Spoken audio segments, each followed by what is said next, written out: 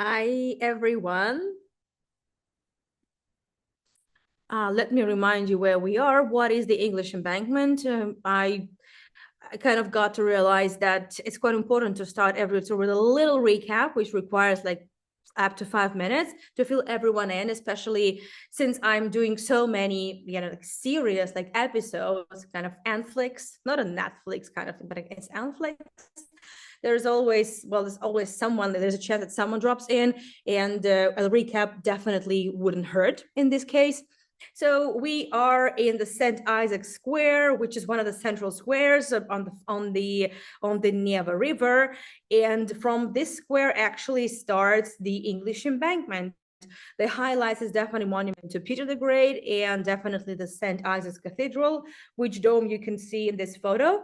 And this is one of the iconic sites. Back in the days when I lived in St. Petersburg, we did a lot of tours there because this is one of the, I would say, big hubs, tourist hubs, also history hubs. Many things happened in that area. And it's just a lovely place to be because you just can walk leisurely past the Neva River and you can just enjoy the views of the Vasilyevsky Island on the other side, or just taking just a boat cruise. It would be enjoyable, and sailing past the English Embankment would be fantastic. So what I'm showing you is just, I like old photos very much, and I think I could leave in an archive if they only had like a proper, comfy bed. Yeah, definitely I could live in just archives, maybe shower. Yeah, definitely in the coffee machine. Yes. So sounds like a nice idea, right? Nevertheless, and I'm sharing with you photos of the Neva River and some views that you can enjoy from where we are. Well, you could enjoy in the 19th century where you were staying, you were where, well, we are standing now, and this is the view from the Neva River overlooking. So we are overlooking the Bronze Horseman. That is the monument to Peter the Great, founder of the city, and the St. Isaac's Cathedral. So we are very central, and to the right hand side from here, actually, the English Embankment begins exactly over there, and it goes towards the bridge which we have sailed together, under which we have sailed together, and which we crossed together multiple times on my live walking tours back in the days, and also virtually. And that's it. So we are now walking past the first building of the English Embankment. We have already spoken about a lot of the buildings, so I'm not going to be telling the same stories again and again. Basically, we are moving towards the bridge that you can see in the heart of the frame. And we're passing by this yellow building. This is one of the, I would say, important ones, the building of a Senate, right? So I think this pretty much predetermined and determines the vibe of the street. There are a lot of buildings that belong to different embassies. There are a lot of buildings that belong to noble families, but the name English Embankment is the first one, by the way, since this embankment originated in the 18th century. This is when attempts of Peter the Great, and further on, a lot of Englishmen would actually settle, politicians, merchants, because there was, over the course of the past, we can even say, well, 3 centuries. I'm talking about the imperial times, but even further on, there were a lot of commercial ties with England and with the UK, and the history of the business relations between Russia and England actually goes back, I would say, even to the times before Peter the Great and before St. Petersburg, but that's Moscow. So I'm going to leave it to my colleagues to talk about. Yeah, so, and it was the old name, right? The English Embankment, and then this street, the Embankment, renamed itself. I mean, changed its names multiple times until 1994, when the late Queen Elizabeth II visited St. Petersburg for the first and for the last time, unfortunately, and just to celebrate the visit and to please the Queen, it was decided to give the original name to the embankment, the English embankment. And no wonder that exactly from from the English embankment, the Queen did her boat tour. Well, she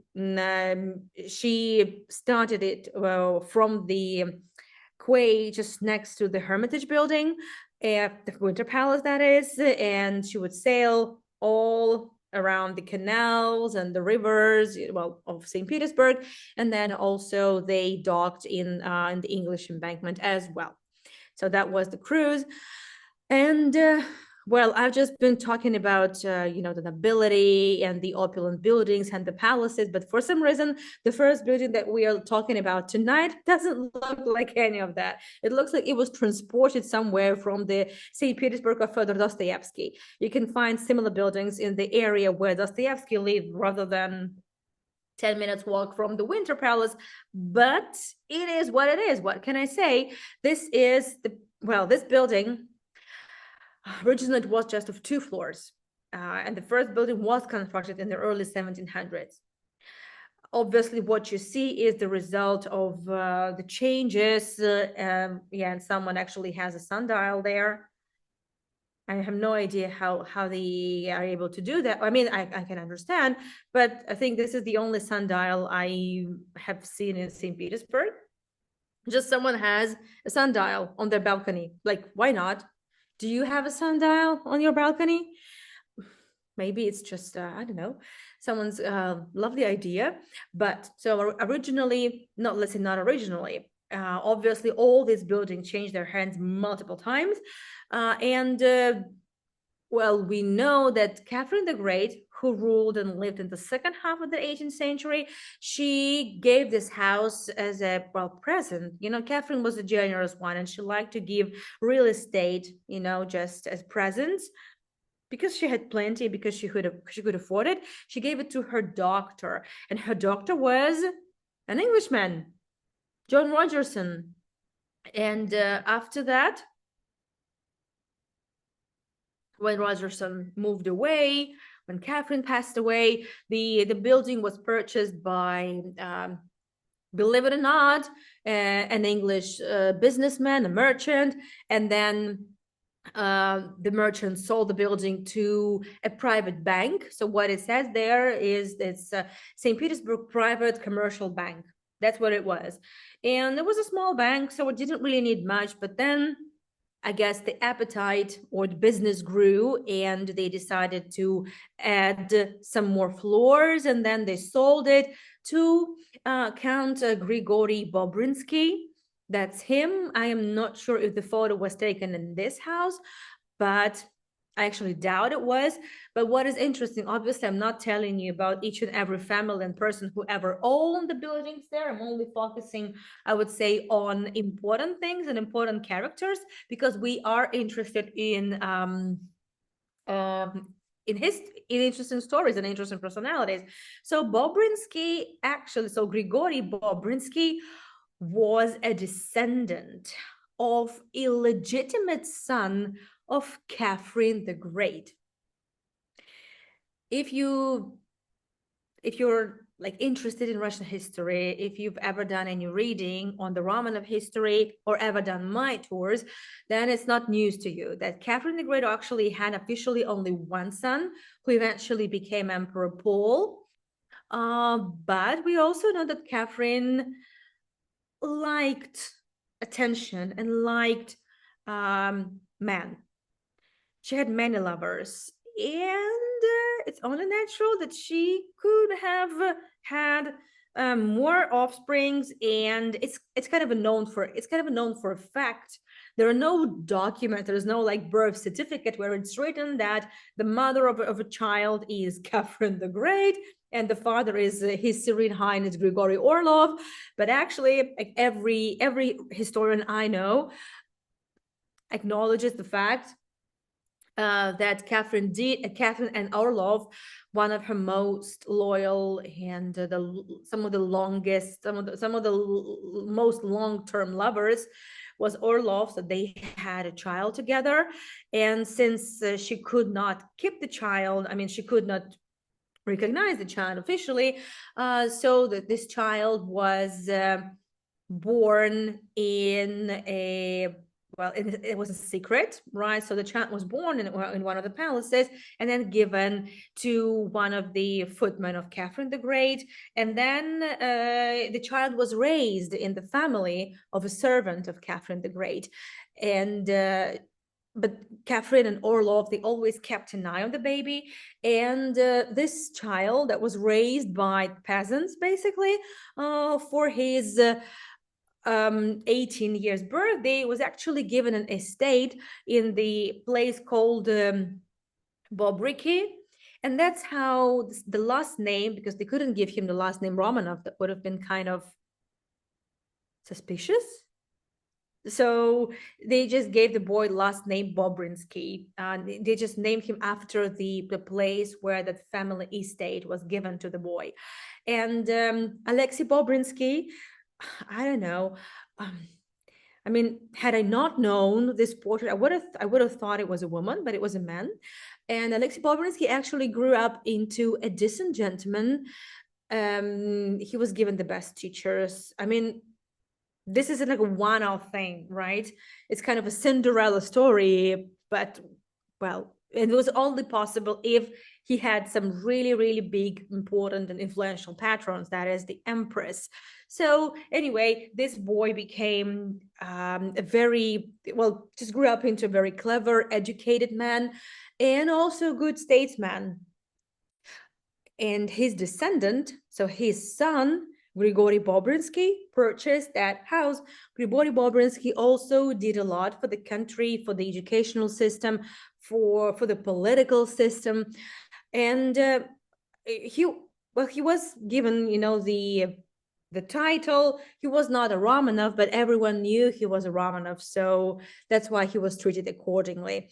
And he owned this house among many other houses in the city. And the amazing thing is that the legitimate son of Catherine the Great and the illegitimate one, so Paul and Alexei Bobrinsky, so his father, they actually got along after Catherine passed away. That's an interesting story. I did bring it up on my tours before. So this is kind of to bring it back, from the past. The next one belonged to Count Alexei Orlov Davidov. So he is from the dynasty of the Orlovs, but from one of the brothers of Orlov, who was the lover of Catherine the Great. So you kind of also get the idea. Orlov was a very influential, very powerful family and influential last name. And well, but I would say he was far from his noble ancestors. I mean, he was noble, but he was involved in multiple scandals. And there was one really big kind of a sex scandal. So he, at some point, got involved with an actress, Maria Poiret. She was an actress and a singer. She was quite popular, I would say. Well, not a Hollywood style, not Hollywood level actress, but quite a popular one.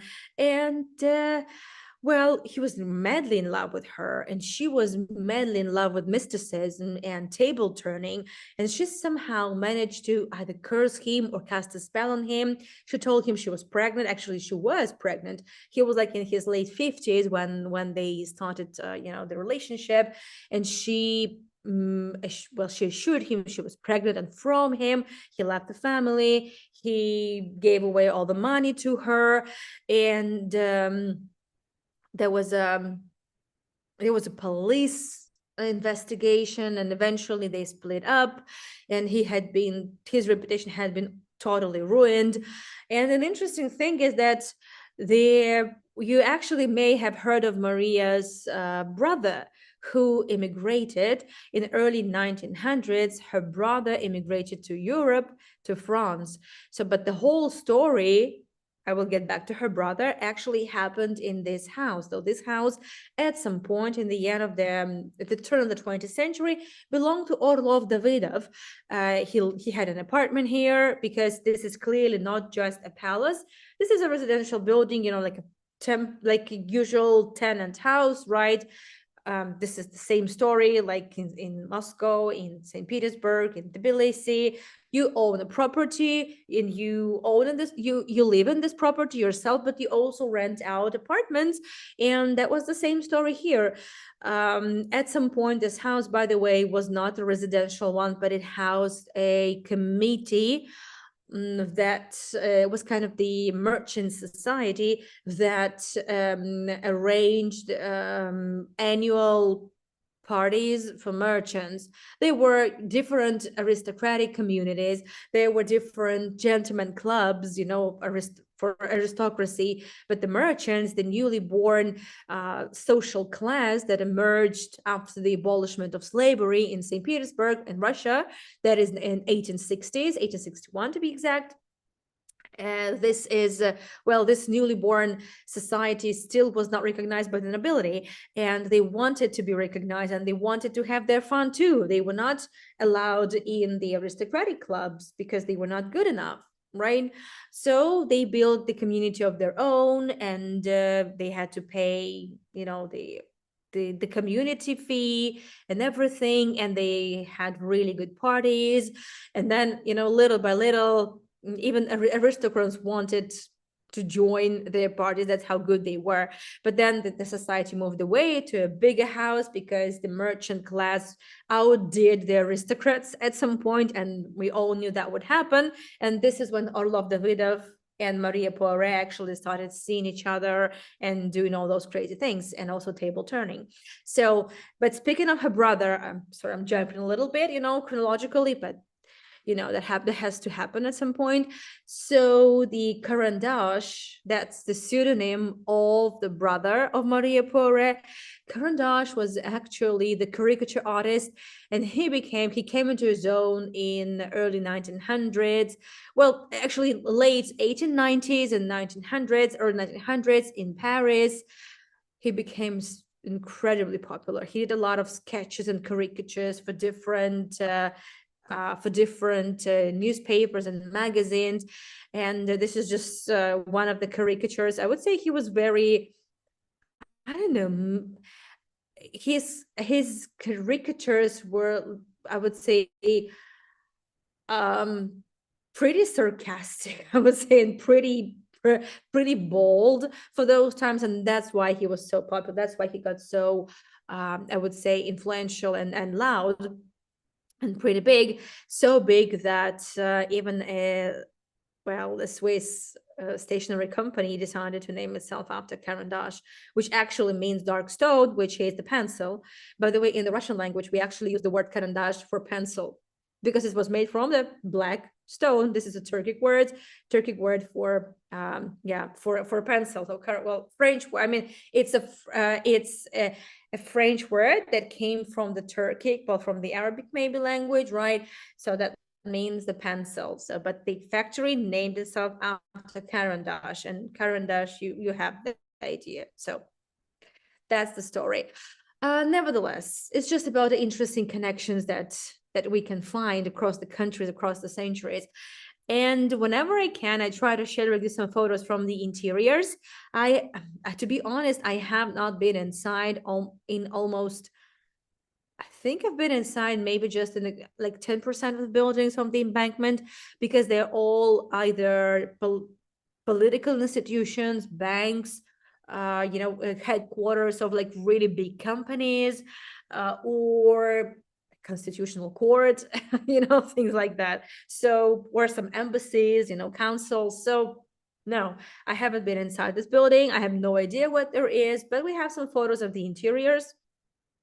Not so much though, but still lovely. Just sharing it with you. This is not somebody's private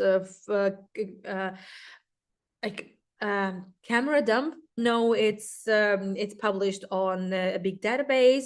There is a big database of St. Petersburg buildings and a lot of stories, quite chronologically, a lot of photographs. And this is where I would say spend most of my nights. This is a very, I would say, a nice way to treat my homesickness, I believe. Okay, let's get back to the house. Well, and as you can see, this house also was rebuilt multiple times. Um, at least twice. You can see that. I'm not sure when the last floor was added. I mean, the third floor was added, but this is a, I would say, pretty common thing, because originally all the buildings were of 2 floors, but then you can't buy more property, but you can build more space. And this is how many, not all, not even most, but many of the buildings on the embankment, they would add some more floors. Even, I would say, even in the imperial times, and definitely during the Soviet period, that's out of question. So now, as we are moving on, there are more buildings to talk about. And I would really like to talk about the first one. That is a pretty massive building. And as we walk, also pay attention that we are approaching the bridge. So the Annunciation Bridge over there is the first metal bridge that was built in the city. And just imagine that before the permanent bridges were constructed, during winter time, aristocrats, anyone basically had to cross either on foot or just sit in the sleigh and be carried by horses to the or dogs, to the other side, to the other island if they needed. So yeah, and well, the bridge definitely was a game changer. So this house, I have never been inside a house, but I have told you quite actually not ago. I told you about Vasily Kokorev. His face may be familiar to those of you who did my kind of Halloween themed um, Old Believers Cemetery tour. That recording is still available. It's always available for my supporters. As you know, my sponsors have 24/7 access to 900 videos. St. Petersburg, Israel, Amsterdam, Belgium, Moscow, whatnot. So, and Tbilisi, obviously, and other areas of Georgia. So Vasily Kokorev was an old believer and one of the richest men in the country. And he was actually the very first oil magnate, so to speak, of the Russian Empire. An interesting story. I'm not going into details about who old believers were, but when we have the Q&A in the end, I'd rather skipped the Q&A in the middle. I know we are right on, it's right, really the time for the Q&A, but I'd rather skip that Q&A in the middle and have just a longer one in the end. So Kokorev was an old believer. If you need, I will dwell on it in the Q&A. But what I'm going to say is that he did not really get I would say, an exceptional education, but as you know, because the old believers lived in, I would say, quite close-knit communities in the well, not exactly outskirts of the empire, but definitely not in the big cities. They definitely lacked some education. Well, but also they compensated with I would say their creative spark, talent, and the will and the connections. So this is what Kokorev probably was. He was very quick on the draw. He was very smart, and he was the first one to have opened the kerosene factory in Baku in Azerbaijan. I did a lot of tours about the oil industry, about the Nobel brothers, about the Rothschilds, about Batumi, being the one of the export centers of oil and kerosene. And I really wish that someday I could go to Azerbaijan and show you that glorious city of Baku, which was all built with this oil money. But it's important to understand that in the 19th century, mid 19th century, I would say 70% of the kerosene that was used in Europe, and kerosene was used by nearly every family because they were using kerosene lamps. So 70% of the kerosene used in Europe came from Azerbaijan. and it was transported along the railroad from Batumi, from Azerbaijan, from Baku, Azerbaijan, all the way to Batumi, and from Batumi by the Black Sea, it would be exported to everywhere else. And the first man who built that kerosene factory, right, and because kerosene was made from oil. Don't ask me how. I'm sure you know better than I do, but you kind of have an idea. And what I'm showing you, it's the Kokorev kerosene factory. And since it's Azerbaijan, I would say the architecture is quite, I would say, typical and speaks for itself. So these are the workers. This is photo from the 1890s. So Kokorev, I'm not sure I don't remember which year Kokorev passed away, but these are the workers of the Kokorev kerosene factory. So needless to say that he became one of the richest men in the country, and his wealth was somewhat 8 million rubles. That is like 8 billion rubles modern money, and that's many millions of dollars basically. I would say, I'm not sure if it's billion, probably not, but it's definitely hundreds of $1,000,000. So that's kind of how rich he was. Just kind of have a vague idea. It's not so easy to do these conversions. I mean, you know how lousy I am in general with the conversions, and then just imagine if we have to convert also to the modern money, and it's not so easy, but that's a lot. So he had a lot of money. That's the workers of his factory. And he, apart from just being very smart, he never stopped learning, because he knew he lacked education, like formal education, and he also had a good taste for art, and he happened to have amassed a great collection of Russian art. By the way, that's his business card. I found it on Wikipedia, by the way. I'm not sure where this business card is actually stored, but it's written just his name, Vasily Alexandrovich Kokorev. Alexandrovich is a patronymic name, so his father had a name Alexander, and it's also written there in the end the address. Английская набережная, English Embankment House, number 22. That's exactly the address. That's exactly where he lived in St. Petersburg, in some of the most, in one of the most fanciest, in one of the fanciest streets of St. Petersburg. And in this note, he was just, he was sorry for not being able to come to an event because he had been feeling under the weather. That's basically it. They were supposed to meet on Saturday, but he could not make it. And this is how I was just about to say photo. This is an illustration of his home gallery. In this very house, he had his private gallery, and it's like he had the artworks by the leading and the best artists of the Russian Empire. That was actually, he started his collection way before Tretyakov in Moscow. So he opened his collection to public before Tretyakov. That's quite interesting.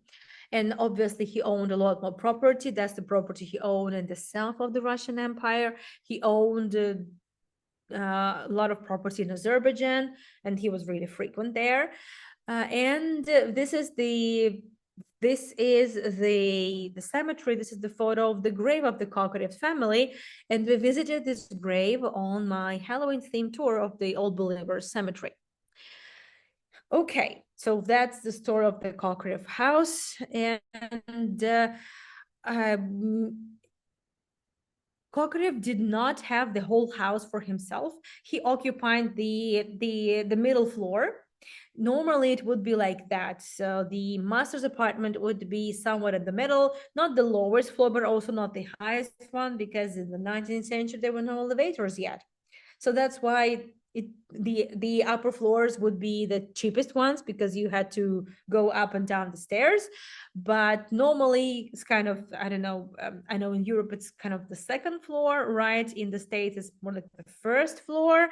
But so the middle floor over there, it's kind of, it has more balconies, it looks a little bit more ornate.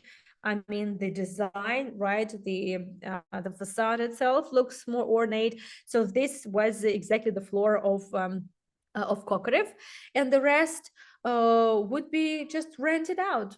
That's basically it.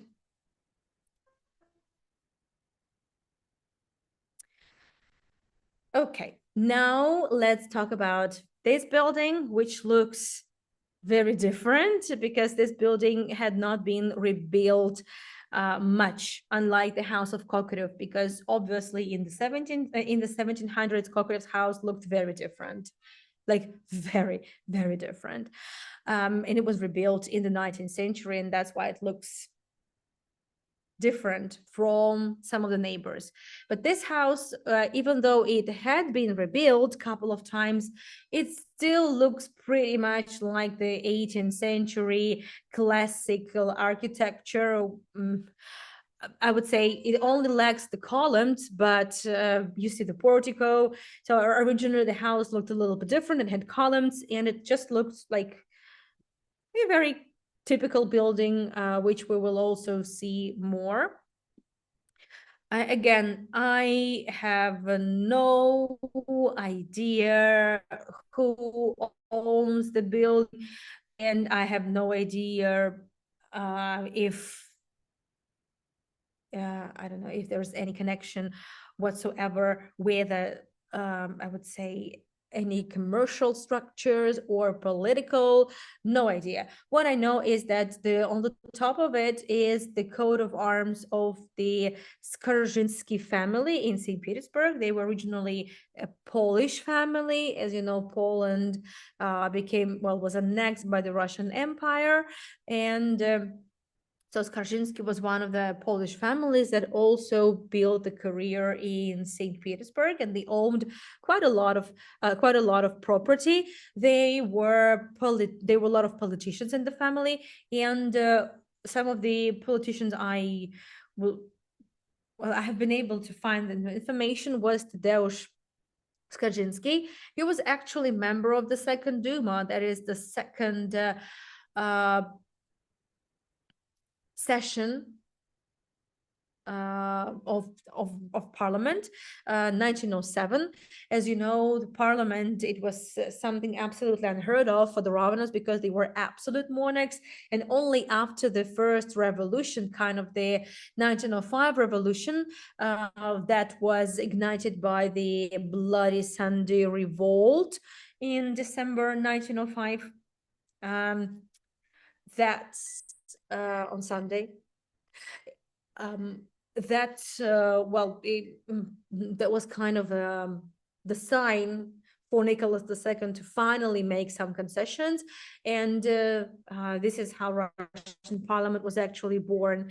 And neither Nicholas nor his wife, Alexandra Fedorovna, liked the idea. They were not super excited about actually anyone now doubting, or I would say just basically limiting, right? Limiting the power of the monarch. They were not happy with it, but that was mandatory. That had to happen. So Tadeusz was one of the first members of the Duma back then. But Nicholas did not like the Duma much, the parliament much. He had to, the Duma was dissolved just about 5 or 6 times over about 5 years altogether. So yeah, you kind of get the idea.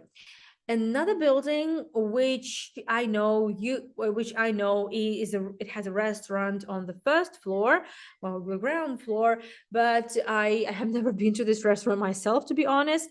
But I know that this house for a long time belonged to the Yusupov family. So Boris Yusupov was a very influential political figure. In Yusupovs in general, as you know, they were always around the throne, be it the Ruriks, because they became powerful even way before the Romanovs came to power, and way before St. Petersburg would be established. So Boris Grigorievich was a politician, an ambassador, and his son, whom you may remember from my Yusupov tour, Yusupov Palace tour, he also became a diplomat. Nikolai Borisovich Yusupov, I guess you now see the connection. So the patronymic name is Borisovich because Boris was his father. And hold on a second, I would like to turn my headset on. Yeah, this should be okay because my boys have come. So Boris Nikolaevich Yusupov was a diplomat. This should be okay now. I see that my headset has connected. And Boris Nikolaevich was a diplomat. He was a diplomat in Italy. He also traveled extensively across Europe, you know, for political purposes. And also, just by the by, he would be purchasing artworks for Catherine the Great because he also happened to be her her art advisor, an art agent, and also for himself. So no wonder he had amassed quite a good, I would say, collection of artworks. And at first, they would be housed in this building, but later on in the uh, end of the 18th century, this building got a little bit too small. And when Nikolai Borisovich decided to get married, he sold this house and purchased the palace on the Moika River, that famous Yusupov Palace where where Rasputin had been killed. But well, I mean, he would have been killed. I mean, he would be killed later on, more than a century later. So, nevertheless, so speaking of the artworks of the Yusupov collection, I did a tour about the whereabouts of the Yusupov art and his fate after the revolution. So I'm not going into details here, but as we are looking at the just the design of the facade, I can tell you that we know at least of some artworks in the collection. For example, Yusupov had a couple of Rembrandts, and just to remind you, Felix Yusupov, the one who actually killed Rasputin, together with the other plotters, he managed to smuggle it from the palace already after the revolution, and he took it to France, where he later on sold those two Rembrandts. Well, just saying. And well, first, these artworks that I'm going to tell you about, they used to be kept in this house on the English Embankment, and then they would be taken to the Moika River. Now, a couple more artworks. Well, just FYI, I would say only. This looks so Rembrandt, doesn't it? So this one, Claude Lorraine, The Rape of Europe. Uh, this was one of the, I would say, expensive artworks in the collection. Probably less familiar to us nowadays, but back then when it was purchased, it was a big deal, and we knew that well, Yusupov had enough of money. And also Correggio, Portrait of a Lady. So this artwork is now in the Hermitage Museum collection. So at least we know the whereabouts of this artwork. Obviously, the most of the Yusupov's art collection was nationalized. Some was just lost in time. We're not exactly sure what happened to it. Yeah, but most of it we actually know very well. It became national property, right? The property of the Soviet state, so to speak. And later on, it would be distributed among museums, and some of the biggest works would be given to the Hermitage Museum. And as for the treasures, gold and everything else, well, I spoke about it. Some of it is now in Europe, in the house in the Windsor. Some that belong to kings and queens of other European states, and a lot more. And yeah, Francois Boucher is also in the Hermitage collection. One of the highlights, one of several Boucher that we have at the Hermitage, and well, it's just one of those works. And one more house to talk about, and this is actually the Romanov Palace that I was going to tell you about. So we are in for a treat. It's written there, Дворец бракосочетаний. Actually, this is the civil registrar office, a palace. But originally it did not belong to the Romanovs.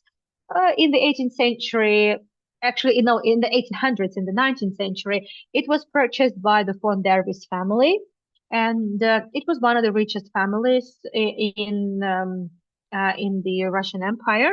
It was purchased by the von der Vis, and Vera von der Vis. Well, you see her portraits now. She was one of the richest, most influential women in St. Petersburg society. That's Pavel von der Vis, her husband, who was one of the, I would say, most successful men and a, a very talented businessman in general. So it was one of the most influential, powerful families in the empire, but also, unfortunately, one of the unhappiest ones. And that's a, I would say, a heartbreaking story, to be honest, because what you would think that, well, a family with the wealth they had, well, they were happy, they had everything they needed. Well, it's not exactly so. Let's just talk a little bit about it. I'm not going into details because I will explain later on why. So, but eventually, after Pavel, her husband, passed away, their son, their eldest son, Pavel Pavlovich. So you kind of have an idea, right? So, son of Pavel, received the house from his mother because Vera decided not to live in the house because it was too painful and she needed a change of place. So she decided to give it to her son. And now we know that this is the palace of Pavel von der Vis Jr. However, he didn't really live much in this palace. And he eventually sold it to the Romanovs. It was purchased by one of the Grand Dukes Romanovs. And to this building, I have been actually several times because, as I said, in the Soviet times, in the 1950s, it became the ZUGS, the Civil Register Palace. So this is where the citizens of the Soviet Union could register their marriage. Since the Soviet Union was an atheistic state, the church marriages were highly not encouraged. And it was just the procedure that took place in the institutions called ZUGS, Civil Register Office or Palace, depending on like where you are and how lucky you are. So this is not where our marriage was registered. We had a different ZUGS, and I gave you a tour of that ZUGS too, couple of no, a year ago maybe. But I have been to this palace because I have been to some other weddings, and these weddings were uh, quite cool. And the amazing thing is that, yeah, there are no excursions held in this palace, but it's open to public, and basically you can just tag along to any of the weddings, and the weddings are like non-stop from like 9 in the morning till like 6 in the evening. There would be weddings like every 30 minutes. You know, there's like 30 minutes given to each couple. So there are photos taken on the staircase and everything. So you kind of have an idea. And this is actually how anyone can enter and take photographs. You won't be given a guided tour, but you wouldn't be noticed because anyway, you wouldn't be noticed because all the guests are invited. Yeah. So Pavel Pavlovich sold this house to Grand Duke Andrei Vladimirovich Romanov, and this is how this palace became the property of the Romanovs. That's basically the story. And we know Grand Duke Andrei Vladimirovich, especially in connection with the story about his love life. Love of his life was Matilda Kshestinska. I'm sure you remember her. I have done quite a number of tours about this, I would say, well, not a scandalous lady exactly, but well, as you know, she was a prima ballerina of the Mariinsky Theater, and she happened to be the first woman of Nicholas II when he was just a Grand Duke, and she happened to have also the romance with at least two more Romanovs. And one of the Grand Dukes Romanovs actually, um, well, they actually had a child together, but it didn't work out, and that Romanov Sergei was killed by the Bolsheviks.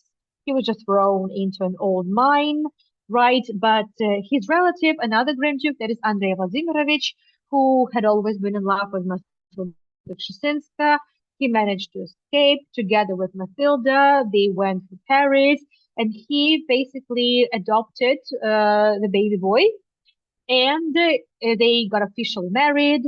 And as you know, Matilda Kshestinska, she died at the age of like 99. Until the end of her life, she would be the breadwinner of the family, and she would be giving ballet classes. She would be teaching French women, Russian immigrants, how to dance ballet. And so she remained as elegant and sophisticated as she had always been. So some photos of Kshestinska and the family. And the video was filmed in one of those weddings. I don't even remember when exactly it was filmed.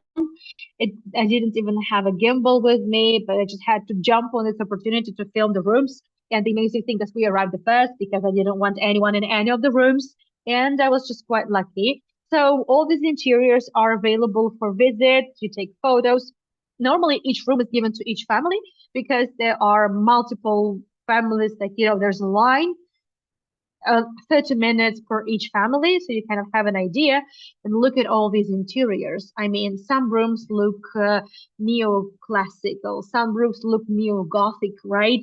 And well, you kind of have an idea how rich the von Dervis family was and how rich the Grand Duke was and how opulent the interiors. All the interiors must have been, but we cannot see all the interiors. We see several waiting rooms in on the ground floor, and on the upper floor we can visit the big dance room. That is exactly where the weddings are registered. Some old photographs for you to see. So this is what this room looked like. You kind of just to have an idea, I would say. So yeah, this is uh I would say one of the just one of the palaces in St. Petersburg, but a lovely one. And speaking of von Dervis family, just for you to understand how influential von Dervis were, in 1902 there was held an exhibition in this palace, and not just an exhibition, a jewelry exhibition, but not just any jewelry, and not even the jewelry that belonged to Vera von Dervis. It was way more than that. It was the exhibition of the Fabergé, Fabergé jewelry and Fabergé eggs, imperial eggs. So the eggs that belonged to the Romanovs were brought to this palace of von Dervis family. Well, it was the palace of the von Dervis, right? But it was the imperial palace, obviously. But they were connected. I mean, they were connected anyway. And von Dervis were invited. And, I mean, von Dervis were extremely influential. So in this palace had been held the exhibition of the imperial Fabergé eggs. And as you know, about half of those imperial eggs, we know of at least 50 of them that were made for the imperial family, they went missing. Later on, some of them would surface, but nevertheless, still a lot of information is missing, and a lot of eggs are missing now, about 10 of them altogether. But originally, half they had no idea of. Later on, the information would be coming up and coming up. But for the researchers, these photos are still the only images of some of those imperial eggs and also other items in the palace. I mean, in other items in the imperial collection of the Fabergé. So, and when I did my Fabergé museum tour, I also showed you those photos because they are the only visuals, the only depictions, of Fabergé eggs, of some of the Fabergé eggs that are missing and probably will never be found. And before questions start coming in, I would like to share some more news with you. So I only briefly mentioned the von Dervis family, and I just dropped this, I would say, teaser that it was an extremely rich and powerful family, but one of the unhappiest family. I wasn't exaggerating, and I knew that I had to tell you more about it. And the thing is that von Dervis actually continued living not far from that palace, and I thought it would be the good time to promote my next premiere that is scheduled for the upcoming weekend. That is, I have just shared it with you on the chat. I only need a question because for some reason there is an extra letter on the link, and if the link is there, it's not going to work. Yeah, like that. So next weekend, I'm going to take you to another von Dervis palace, actually like 5 minutes walk from this one. And that palace now is an opera building. It's a private opera. Yes, there's also a private opera in St. Petersburg. And that palace is the quintessence of opulence. And this is the palace where I will be able also to share with you the story of the von Dervis family. A lot of pain, a lot of deaths. It's like really, really evil fate that followed the family. And I'm sharing here the links with you. So in 1 hour from now, I'm going to talk about Vladimir Zvarykin. The chat is open for your questions. So if you have any questions, please let me know.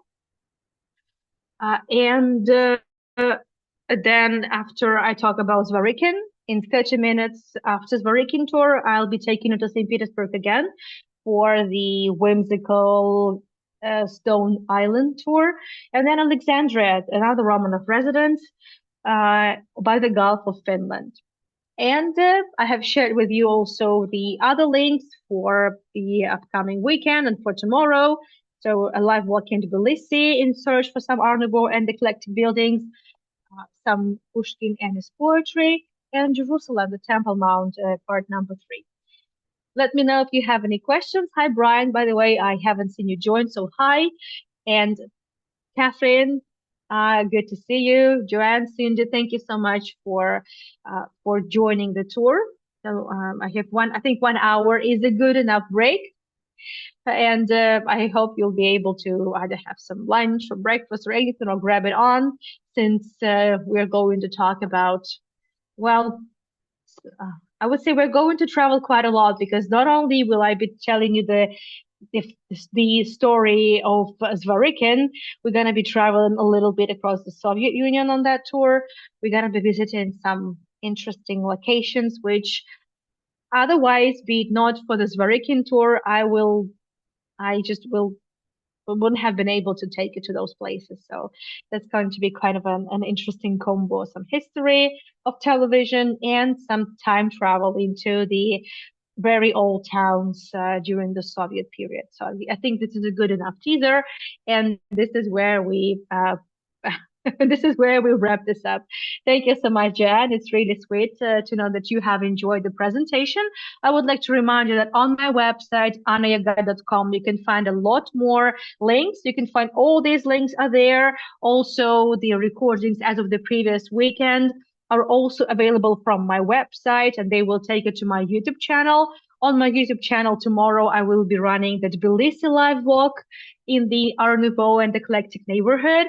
And also you have the links for, to support me either by PayPal. You can just send me a donation, or you could buy me coffee. And yes, rest of it, you know very well. Thank you so much for joining me. I will see you in 1 hour from now on the tour of Zvarykin. Bye-bye.